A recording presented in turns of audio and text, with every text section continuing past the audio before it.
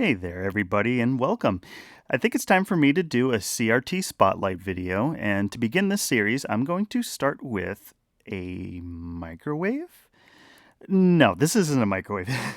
So this is the Panasonic AG-500R video monitor that is also lovingly referred to as the microwave for some very obvious reasons. Outside of North America, these can be found with the national branding on them. This would have been Matsushida's most widely known brand outside of the US before the entire company adopted the Panasonic name in 2008. So, to start this tour, let's take a look at some of the features on this thing. On the lower left, we have the power button alongside of a headphone jack and a single mono speaker. Next to that, we find the flip down door that hides the picture adjustment controls. And then, of course, we have probably the most defining feature of this monitor, which would be the VHS player that is oriented vertically along the right-hand side of the unit. Below the Panasonic logo and a vacuum fluorescent display that serves as a tape counter, we have all the usual controls you would expect to allow you to play a VHS tape. Oh, and then on the very bottom, we also find these two dials for manually adjusting the tracking speed for the tape. And of course, there's the CRT itself, which is a typical 250 TV line slot mask tube you would expect out of this era. When you look up these displays online, there seems to be some discrepancies out there regarding the actual screen size of these units, ranging between 9 and 13 inches. But since I have both an AG500 and a tape measure right here, I can confirm that the screen has a roughly 10.5-inch diagonal viewing area. Oh, I should also make note, whenever you come across one of these monitors in the wild, they always tend to be missing one of two things. First off, the door over the front controls is rather fragile and is very commonly found broken off of the monitor, but thankfully I still have mine intact. And then secondly, there is supposed to be a protective acrylic cover over the face of the CRT. This part is in fact missing from my AG500. However, I did at one point cut this panel to act as a replacement. Technically, this cover is supposed to be a darker, kind of like a smoked color. However, at the time I crafted this replacement, I only had access to clear acrylic. At some point, I'll find a proper smoked piece that I can then cut to size. And while we're at it, let's also take a look at the rear of the AG500 as well. On the back of the monitor, we have all the expected decals from the factory with the serial number, the chassis number, and the manufacturer's date of October of 1987 for my particular unit. On the lower left, we have the monocomposite input, which is coupled to the composite output that can display both video from the VHS player and act as a pass-through for the input. We also have this special switch that enables a unique looping function for the tape mechanism, with settings to replay the cassette at either the end of the physical tape or at the end of the video signal on the tape itself.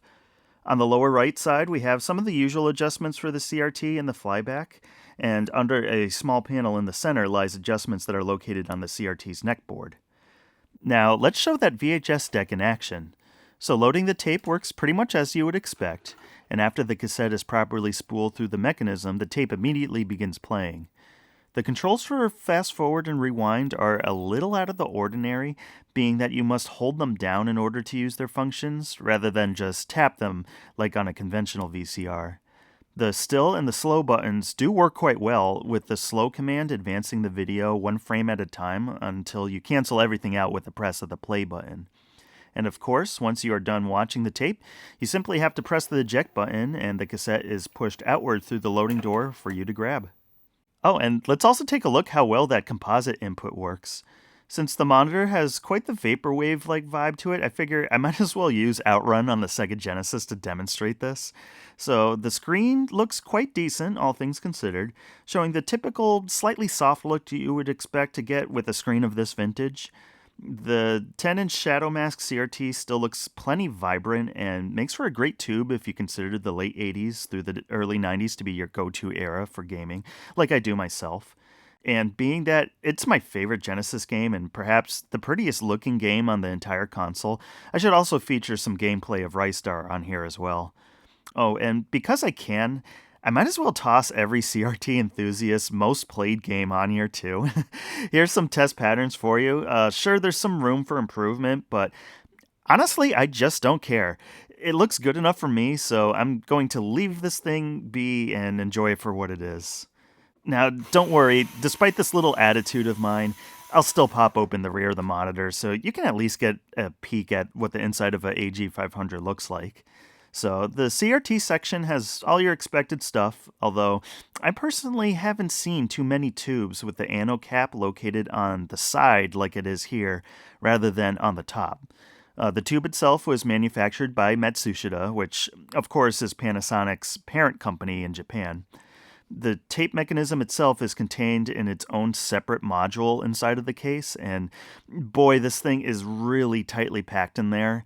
Under this RF shielding lurks the head drum itself, which is a basic two-tape head design. I find VCRs and VHS player mechanisms fascinating to watch, so here's some shots of the naked machine in action. Fortunately for me, my player is still functioning perfectly, and I try to pop a tape in every now and again to exercise the mechanism. I haven't done any refurbishing of this machine apart from adding a bit of grease and cleaning the heads. I've looked up the service manual to these monitors and how to replace the belts, but it looks like an absolute nightmare of a job to do, so I'm not going to touch this thing until it actually breaks. Now, some of these features I've shown about the AG500 should be able to fill you in on what the original purpose of these monitors were.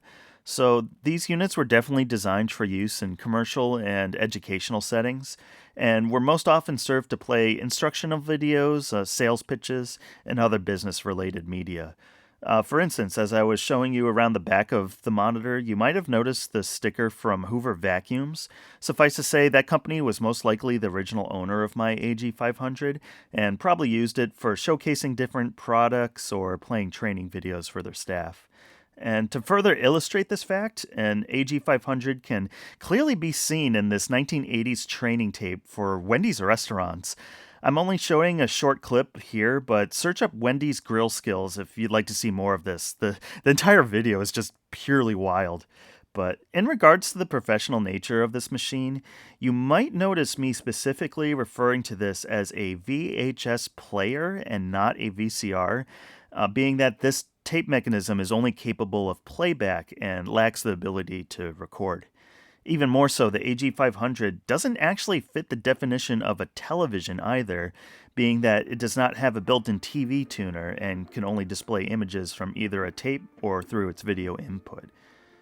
But anyways, that's a look at the Panasonic AG-500R microwave.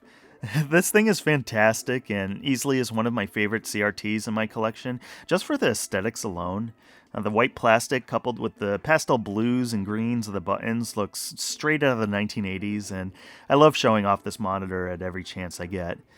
Sure, it might not be the best appliance when it comes to actually preparing a hot meal, but all is forgiven when you simply just stop to admire the design of this CRT. However, that concludes this CRT Spotlight video. There's certainly more tubes in my collection here for me to cover, so stick around for more content in the future, but in the meantime, have a great day, everybody.